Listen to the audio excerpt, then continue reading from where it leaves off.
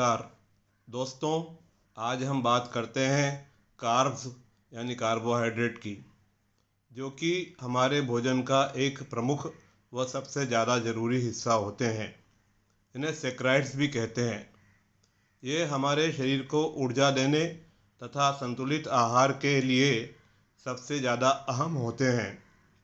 सभी कार्बोहाइड्रेट्स अलग अलग तरह की शुगर ही होते हैं, जिससे हमें ऊर्जा मिलती है। मांसाहारी भोजन में ये बहुत कम पाए जाते हैं, लेकिन दूध में या लैक्टोज के रूप में हमें मिलते हैं। कार्बोहाइड्रेट्स का विभाजन उसके एक कण में मौजूद शक्कर के यूनिट्स के आधार पर होता है। इसी आधार पर अब हम कुछ प्रकार के कार्बोहाइड्रेट्स के बारे में बात करते हैं। सबसे पहले हम बात करते हैं मोनोसैकराइड्स की। इसके एक कण में शक्कर की एक ही यूनिट होती है, जैसे ग्लूकोज व फ्रुक्टोज। ग्लूकोज व फ्रुक्टोज हमें फल, सब्जी, शहद आदि से मिलता है। अब हम बात करते हैं डाइसैकराइड्स की। इसके एक कण में शक्कर की दो यूनिट्स होती हैं, जैसे सुक्रोज यानी खाने वाली शक्कर तथा लैक्टोज अर्थात दूध में पाई जाने वाली शक्कर। सुक्रोज यानी खाने वाली शक्कर में ग्लूकोज व फ्रुक्टोज होते हैं तथा लैक्टोज यानी दूध में पाए जाने वाली शक्कर में लैक्टुलोज व ग्लूकोज होते हैं।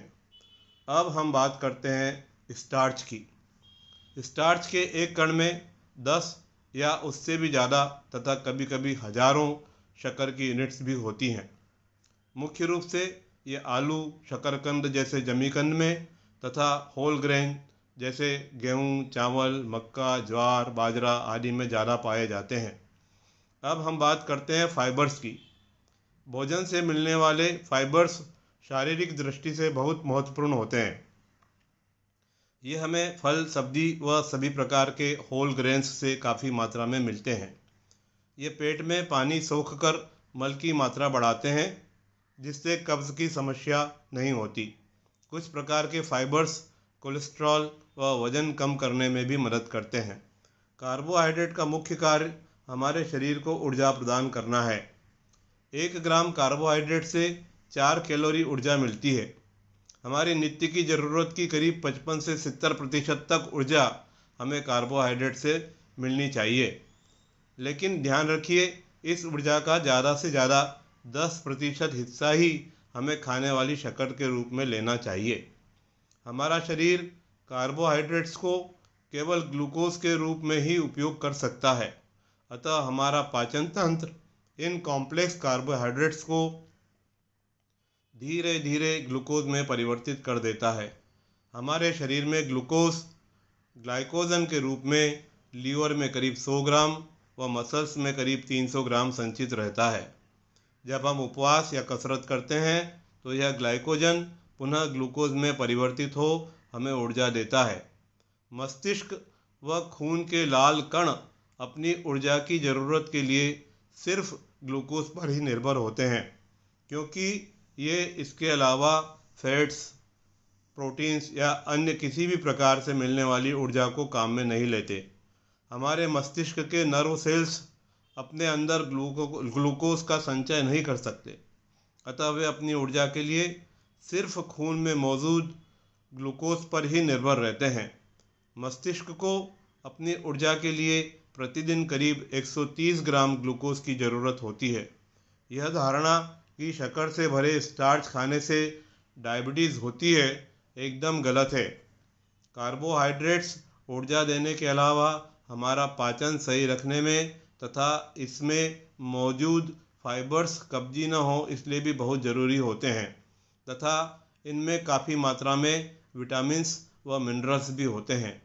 हमारे शरीर की कोशिकाओं में खाने से मिलने वाले ग्लूकोज व श्वसन क्रिया से मिलने वाली ऑक्सीजन के बीच एक रासायनिक क्रिया होती है, जिससे हमें ऊर्जा मिलती है। साथ ही इस क्रिया में कार्बन डाइऑक्साइड व पानी भी बनता है।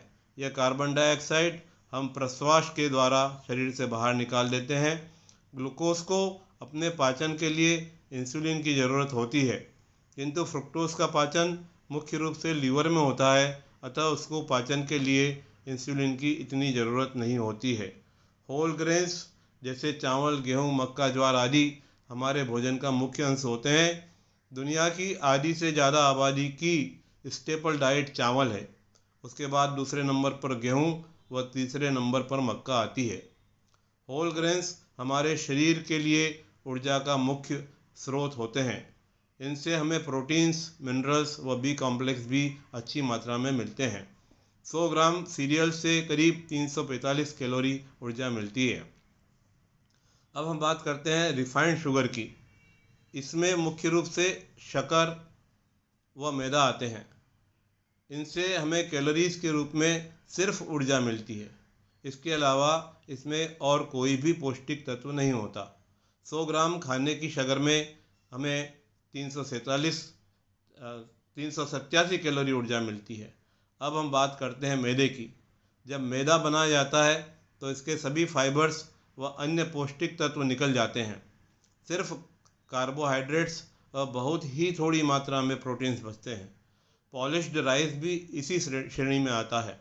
अतः हमें शक्कर, मैदा व पॉलिश्ड राइस का खाने में कम से कम उपयोग करना चाहिए, क्योंकि इनसे हमें हमारी ज़रूरत की ऊर्जा तो मिल जाती है, किंतु इसमें और कोई पोषक तत्व व फाइबर्स न होने की वजह से इनका आंतों से एब्जॉर्प्शन व पाचन बहुत जल्दी हो जाता है तथा थोड़े समय में ही हमें फिर से भूख लगने लगती है।